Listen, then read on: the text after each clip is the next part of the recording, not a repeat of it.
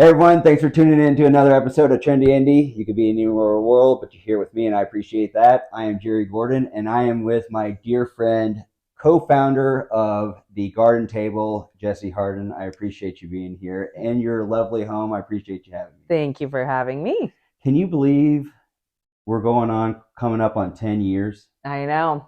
Very, very long time it seems like, but it went by in the blink of an eye. Didn't it? Yep. So I know you and Greg, Yeah. founders of Garden Table, and I've known you for a very, very long time. And I know your backstory, but you guys definitely didn't have the most traditional way of your relationship, finding a house, getting married, starting a restaurant. So can you tell us a little bit about how you guys came up with the idea, your backstory? Yeah.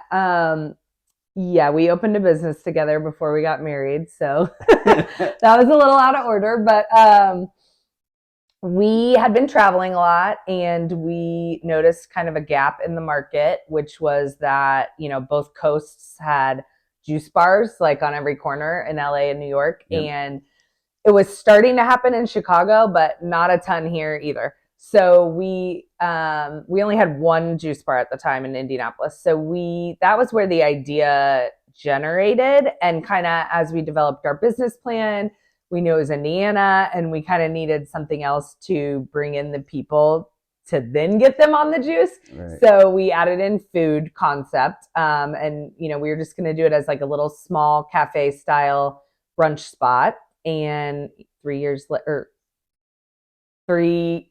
locations later, we have a full service bar, restaurant, breakfast, lunch, dinner. And so the concept's really evolved since the original idea. But yeah, it has been a journey to get here. It definitely has been a journey. Now, anybody who looks at Garden Table right now thinks that, boom, just immediate success. But anybody who runs a business, owns a business, knows that it's anything but. So can you give us a little bit of a glimpse of what your days were looking like when you guys first started?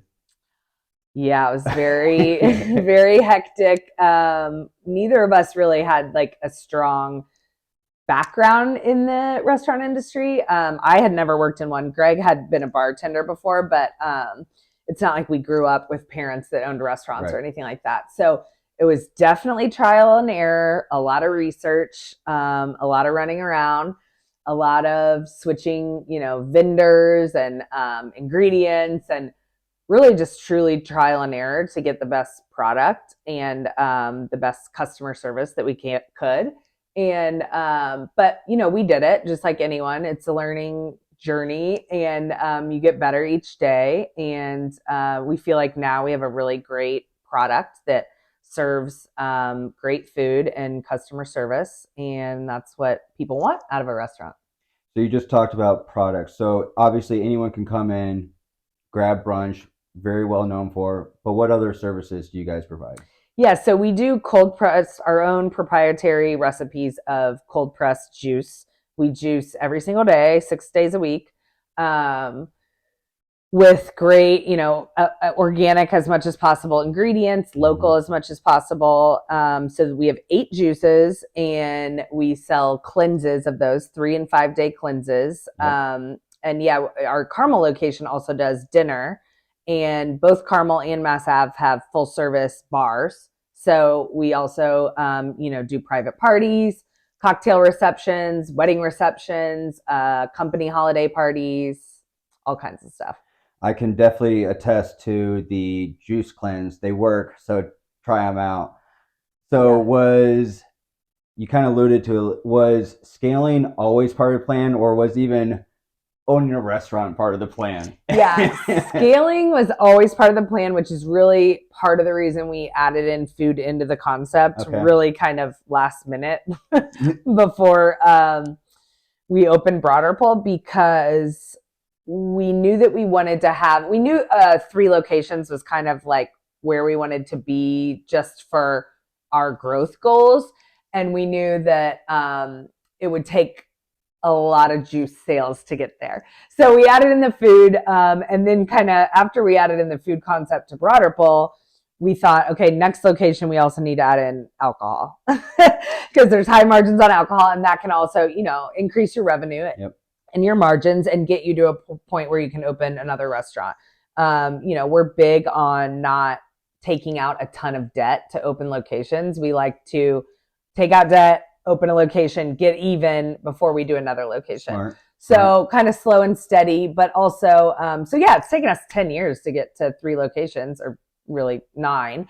But now we're right in the spot where we want to be, where now we have options of how to grow next. Like if we want to go to another city, if we want to like expand the concept or change the concept, or maybe open just a bar, so we're kind of in a place where we can be flexible with how we grow the company from here. Very smart. So as she's mentioned, huge congratulations are in order because they just opened up their 3 locations. So can you kind of hit on your 3 different locations and where you're at? Yep. So we have Broderpool, which is a counter service cafe style type of brunch spot. It's open just for brunch 6 days a week. And we also have the juice there, of course. And we do have beer and wine there, but it's not It's not a location that's really focused on that. It's a great, right off the Monon, you can stop in, grab a juice, grab a quick brunch. So that was our first concept. Second location, Mass Ave, right next to Bakersfield. Full bar there. We're trying to get open for dinner down there, which was kind of post-pandemic.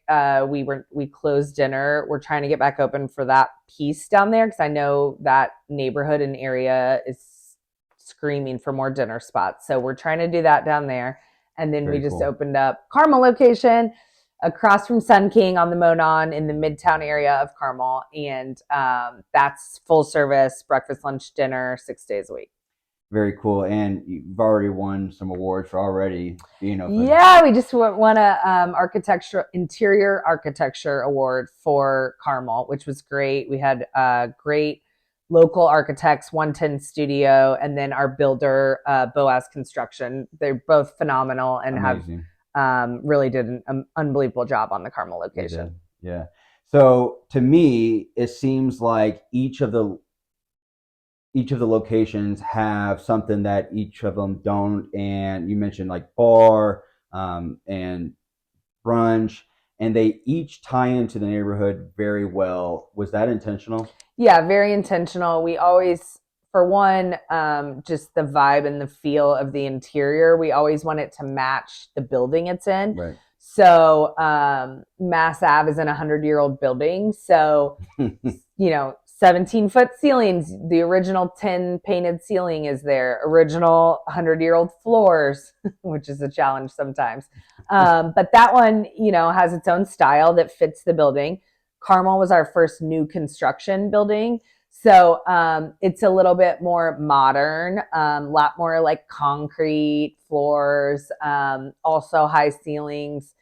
Light and bright, a lot of natural light in that one. So yeah, I try to fit the interior vibe to both the building style, but also, like you said, the neighborhood. Right. So we're right facing the Monon in Carmel. So we have a roll-up garage door where like you can really see, it kind of feels indoor, outdoor. Our patio is the same size as our interior there. So tons of outdoor space. So yeah, we try to fit each one to both the neighborhood and to the building that we're in.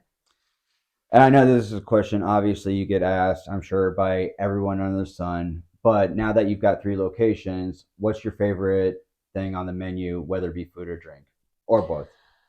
Okay, so our bar menu changes all the time. We have custom cocktails with each seasonal change, and our bartenders are amazing. Yes, so you can always find really cool, unique cocktails that change out all the time. My favorite has been on the menu since day one, which is the garden toast, which is just avocado toast. There's pickled onions on it. Can't go wrong with that. Can't go wrong. I always add salmon and poached eggs. It's delicious. Staple. Yeah, staple. It's crazy that what's the statistic that like 90% of restaurants fail in the first year? Yeah, I think so. So what advice would you give to someone not even owning a restaurant, but they're just like starting out like with their wanting to start their own business? What advice would you give? I would say one thing that's huge in the beginning is just a ton of research to make sure that, you have a concept that's tested, that you understand how it works in other markets as well as your own market. When you have a ton of research kind of backing your idea, you feel much more confident going into it that it's going to work. Also, just iterating on your business plan, which is not industry specific at all. It's just get your business plan really nailed down, understand what you want your brand to be, your brand voice, look and feel. Because then when you put it out there into the world, it's already strong and developed, and people are ready to receive it. And you've got a lot of belief in yourself with that. Exactly. So then a lot has going on 10 years now. A lot has changed in your life. Yeah. More than ways than one. So if you're not at the garden table, what can someone find you doing? Yeah, I have 2 young kids now. I have a baby. It's 5 months old and a 3-year-old. So, and we're married now. That too. So we definitely are doing stuff with the kids on the weekends. Okay. And all of our friends have kids, so we're all in it together doing the family stuff every weekend now. Any particular books that you got on your nightstand right now? Yes, I just got a book from Victoria Song, and it's called Bending Reality, I believe. And I just started it, so I can't comment on it. But yeah, she's a Yale and Harvard grad who went to study with a bunch of different healers and teachers around the world after her formal education. And so it's a book about how to kind of make your dreams come true and manifest and create the impossible in your life. Yeah, so that's my newest. Nice. And if people wanted to find out either more about Jessie Harden or the Garden Table, how would people find you? Yeah, so Garden Table is thegardentable.com. All of our menus are on there. You can see pictures of our food. You can order cleanses that way. And then our Instagram is The Garden Table as well. So check us out. Is that for all of the 3 locations? Yep. Okay. And a little segment that I like to have is called Wins and Wines. And so is there anything from even before starting almost 10 years ago in your professional or personal life with you and Greg, or just you or yourself, is there anything that kind of gave you a little bit of a win to kind of help propel you to know like, hey, I can do this thing? Yeah, I mean, honestly, when we first started, every day I was literally looking at like every transaction that came through. Small wins. Just seeing like people are buying your product and liking it. And honestly, just in those first couple years, having enough revenue to justify another location was a huge thing for us. And just kind of seeing like, yeah, the concept works. Like people love it. We have good reviews. We've repeat customers. We had immediate loyalty to our brand, which is hard, in our market. There's a lot of other restaurants and restaurant groups. Like you said, it's been on both coasts, and now you come here, and then you have that huge following. Yeah, it was great. Just knowing that it kind of worked right away, and we had customers right away, that really propelled us into saying, look, we can make this a repeat thing, So now we've done it 3 times. We're super confident. We have outside realtors, investors all the time contacting us to do locations in other states and other cities. And so that's kind of on our radar. We'll see where it goes from there. Personally, I want to go to Bloomington next because of my your deep roots. Love for IU. But we'll see. Yeah, we have a lot of Fort Wayne people constantly emailing us, telling us they want us in Fort Wayne. A lot of commercial brokers up there. Two more locations. Yeah, we'll see. It's hard when you have young kids, thinking about running a location in another city. Yeah. It's hard, but it's a matter of getting the right people in place to manage it. So we'll see what the future holds. We're excited. I'm excited for you. And so on the flip side of that, conversely, is there something that has made you kind of come home with Greg and said, I don't know if this is what I want to be doing? Yeah, of course. We're in the customer service industry. So no matter what our product is, it's always customer first and making the customer happy. So there's a lot that goes into that. Just making sure that everyone's happy all the time, which is, hard. But that's probably the most stressful part of our job, is just making sure that everyone is always accommodated for, which is very hard. But it also feels good when you can successfully do that. Yeah. It's reassurance that you're doing everything right and you're doing a good job. So it's a stressful but rewarding company kind of industry to be in. Very rewarding. Yeah. So like I said, I've known Jess for a very long time. She's got great energy, a beautiful soul. I could sit here all day and talk. But if you want to know more, check her out and check the Garden Table out on Instagram, online. Check out for catering, all the juices and brunch. And I appreciate you being here. Yeah, thanks, Jerry. Thanks. Thanks, guys.